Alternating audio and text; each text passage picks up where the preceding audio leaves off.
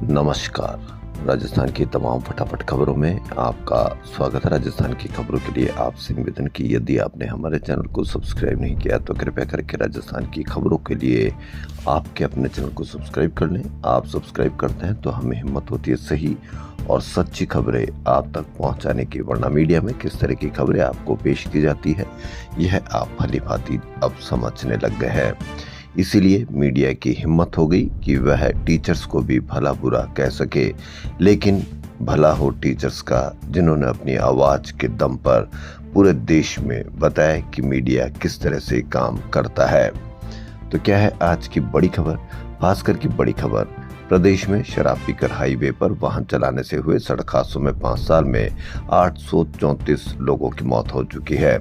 इसके बाद भी हाईवे पर शराब बिक्री पर रोक नहीं लग पाई। भले ही आबकारी विभाग के रिकॉर्ड में नियम है कि हाईवे से 220 मीटर की दूरी पर ही शराब की दुकानें खुल सकती है, लेकिन तस्वीर इससे बिल्कुल उलट है। भास्कर टीम ने जयपुर से अजमेर तक 120 किलोमीटर के हाईवे पर 25 ठेकों की दूरी मापी। कई ठेके हाईवे से मात्र 5 मीटर से भी कम दूरी पर है। इस पर ठेके तो हटाए जाने चाहिए, लेकिन जो आबकारी इंस्पेक्टर या जिन आबकारी अधिकारी के अंडर में ये ठेके आते हैं उन पर भी अवश्य कार्रवाई की जानी चाहिए। भास्कर में आ गई तो कार्रवाई हो जाएगी, लेकिन आबकारी अधिकारी पर कार्रवाई होगी तभी जाके इस तरह का काम हो पाएगा कि आने वाले समय में इस प्रकार से ठेके नहीं खुलेंगे। उत्तराखंड के देवप्रयाग जिले में मंगलवार सुबह जैसलमेर से गए डॉक्टर की इनोवा 200 मीटर गहरी खाई पार करते हुए अलकनंदा नदी में गिर गई। हादसे में जैसलमेर निवासी एम्स के डॉक्टर दिनेश माली और परिवार सहित उनकी मौत हो गई। डॉक्टर दिनेश माली 1 साल से दिल्ली एम्स में तैनात थे। राजस्थान में कभी तो बेखौफ बदमाश किसी भी बाइक पर चलती हुई महिला को छेड़ सकते हैं। वीडियो वायरल होने पर उन पर कार्रवाई की गई। इसी प्रकार से राजधानी में स्नेचर्स यानी बेखौफ घूम रहे शिप्रापत इलाके में बाइक सवार नकाबपोश 2 बदमाशों ने स्कूटी सवार युवती से पर्स लूट लिया। युवती ने पर्स पकड़ा तो अनियंत्रित होकर स्कूटी गिर गई। दोनों युवतियां जख्मी हो गई। पर्स में 10,000 रुपए, मोबाइल फोन और जरूरी दस्तावेज थे। हादसे के बाद मौके पर लोगों की भीड़ लग गई, जिन्होंने युवतियों को संभाला और पुलिस को सूचना दी। चौंकाने वाली बात यह कि वारदात के 60 घंटे बाद भी पुलिस खाली हाथ है। बेखौफ बदमाश कभी तो किसी की हत्या, कभी किसी की बैग की चोरी, कभी किसी को छेड़खानी, लेकिन मीडिया किस तरह की खबरें आपको पेश करता है यही अंतर आपको समझना है। इसी प्रकार जयपुर शहर में एक बार फिर थार काल बनकर दौड़ी। रामनगरिया थाने जयपुर में महल रोड पर सोमवार देर रात तेज रफ्तार थार ने बाइक सवार फूड डिलीवरी बॉय को टक्कर मार दी। हादसे में गंभीर घायल युवक को थार सवारी महात्मा गांधी अस्पताल लेकर पहुंचे, जहां उपचार के दौरान मौत हो गई। फूड डिलीवरी बॉय यानी कितने गरीब परिवार से वह जुड़ा हुआ होगा, अब एकमात्र कमाने वाला होगा। अब इससे आप अंदाजा लगा लीजिए कि रोज प्रतिदिन हम हादसा नहीं तेज रफ्तार से हत्या कर देते हैं। होना ये चाहिए कि उन पर हत्या के मुकदमे दर्ज किए जाने चाहिए। एक और बड़ी खबर, यदि यह जिहाद से जुड़ी होती तो आज पूरा मीडिया इस पर लग जाता, लेकिन कहीं पर भी कोई बड़ी खबर नहीं होगी, क्योंकि यह आपके बच्चों के भविष्य से जुड़ी, आपसे जुड़ी हुई है, लेकिन कहीं पर भी कोई बड़ी खबर नहीं होगी। भास्कर की बड़ी खबर, घर घर पहुंचने वाला गाय दूध क्या वाकई शुद्ध है? ये सवाल इसलिए कि प्रदेश में बिक रहे पशु आहार में से 8 ब्रांड की जांच के चौंकाने वाले नतीजे मिले। भास्कर ने पहली बार गायों को खिलाने वाले पशु आहार की जांच कराई। इसमें डराने वाले खुलासे हुए। 50% पशु आहार ब्रांड में तय सीमा से 1.5% से 4% तक घटिया यूरिया मिला।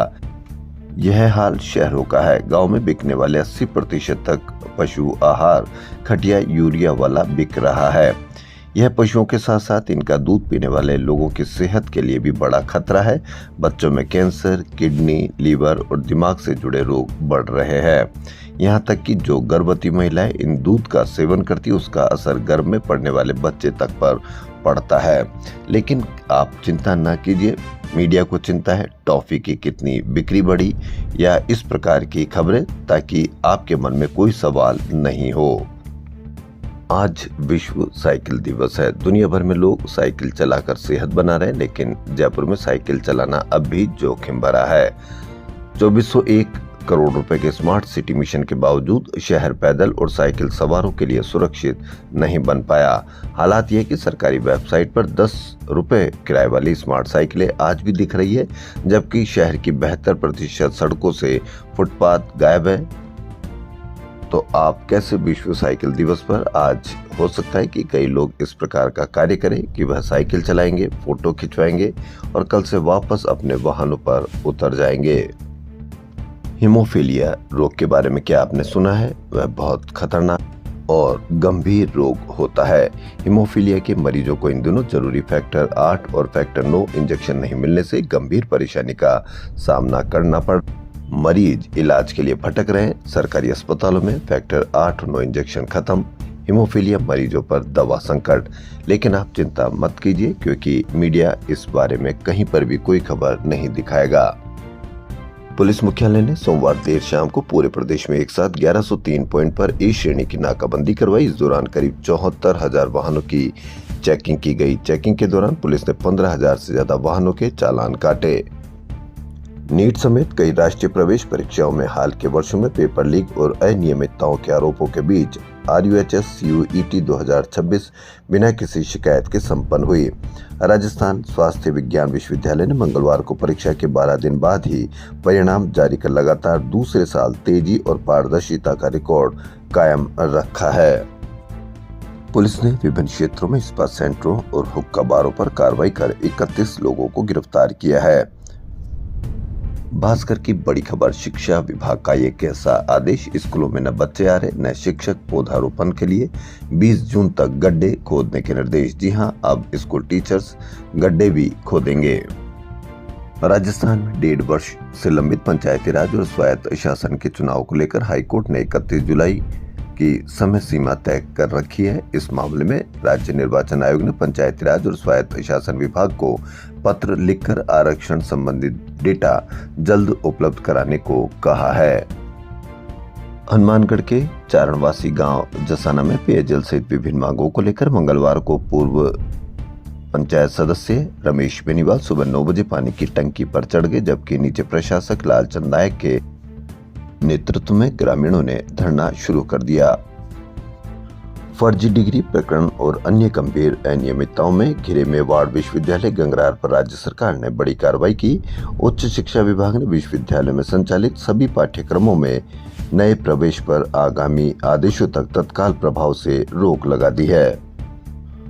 पत्रिका में बड़ी खबर, गंग नहर में बहकर आने वाली मरी हुई मुर्गियां, मछलियां और औद्योगिक अपशिष्ट अब केवल स्थानीय स्तर की घटना नहीं, यह उस जल सुरक्षा तंत्र पर बड़ा सवाल है जिस पर राजस्थान के सीमावर्ती जिलों की खेती, पशुधन और लाखों लोगों की पेयजल व्यवस्था निर्भर है।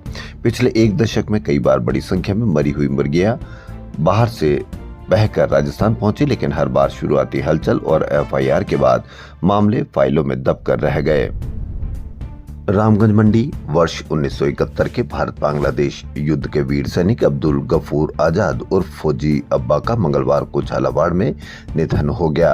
वे भारतीय सेना की AAC इकाई में थे और वर्ष 1971 की जंग के दौरान सिलीगुड़ी क्षेत्र में तैनात थे। एक अभियान में वे अपने 12 साथियों सहित दुश्मन के कब्जे में आ गए थे। 22 दिन कैद में रहने के बाद सभी सैनिक सुरक्षित निकलने में कामयाब रहे। उन्होंने अदम्य साहस का परिचय देते हुए दुश्मन के कई सैनिकों को मौत के घाट उतारा। उस दौरान उनके पैर में गोली भी लगी। वीरता के लिए अब्दुल गफूर और उनके साथियों को मेडल देकर सम्मानित किया गया था। राजस्थान के सबसे बड़े सिंधी कैंप बस स्टैंड और यहां से संचालित होने वाली राजस्थान रोडवेज की बसों में यात्री सुविधाएं पूरी तरह से वेंटिलेटर पर है। यात्रियों की सुरक्षा के बड़े बड़े दावों के बीच बसों में लिखे शिकायत नंबर, फर्स्ट एड बॉक्स, सुझाव पेटिकाएं और अग्निशमन यंत्र महज कागजी औपचारिकताएं बनकर रह गए हैं। हालात तो यह है कि नई बसों में न तो पैनिक बटन दे दिए गए हैं, लेकिन बेड़े की रीढ़ माने जाने वाली पुरानी बसों में आपात स्थिति में मदद का कोई प्रभावी माध्यम नहीं है। वहीं सफर करने वाले लोगों में भी इस तरह की कोई जागरूकता नहीं है। जिम्मेदार नागरिक बनने का प्रयास नहीं करते। वह सिर्फ ट्रोलिंग कर सकते हैं, वह सिर्फ आपस में चर्चा कर सकते हैं, लेकिन हिम्मत नहीं है कि यदि इस प्रकार बसों में कोई सुझाव पेटिका नहीं है या शिकायत नंबर लिखे हुए सही नहीं है या फर्स्ट एड बॉक्स नहीं है तो कहीं पर भी कोई शिकायत नहीं करेंगे, क्योंकि अब उनमें हिम्मत ही नहीं रही। यह हिम्मत पहले भी नहीं थी, अब तो और भी कम हो गई है, क्योंकि मीडिया ने उनको इस तरह से दूसरे मुद्दों पर इतना उलझा दिया कि वह अब हिम्मत ही नहीं करते या उनको अपनी समस्याएं दिखती ही नहीं है।